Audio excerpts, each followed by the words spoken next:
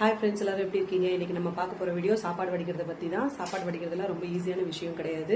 அதையும் பார்த்து கரெக்டாக செஞ்சாதான் நமக்கு அது பயனுள்ளதா இருக்கும்.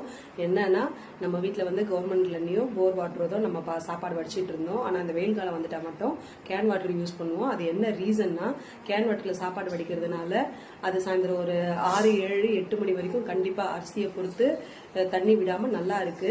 நம்ம வீட்டில் தூய மல்லி அரிசியை தான் யூஸ் பண்றோம். இதுவே கவர்மெண்ட் லைன்ல தண்ணி வடிச்சு தண்ணியில சாப்பாடு வடிச்சோம்னா அது வந்து ஒரு 5, 6 மணிக்கெல்லாம் நொதன்னு தண்ணி விட்டு போயிடுது.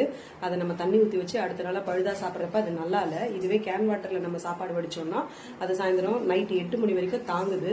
ஒரு புடி தண்ணி அதுல ஊற்றி வச்சுட்டு அடுத்த நாள் காலையில நீராகாரமாவோ பழுதாவோ சாப்பிட்றப்ப உடம்புக்கு குளிர்ச்சி ரொம்ப நல்லது. அதனாலதான் வெயில் காலத்துல நம்ம வீட்டுல கேன் வாட்டர்ல சாப்பாடு வடிக்கிறோம். உங்க வீட்லயும் சாப்பாடு தண்ணி விட்டு போகுதுன்னா கண்டிப்பா கேன் வாட்டர்ல ட்ரை பண்ணி பாருங்க.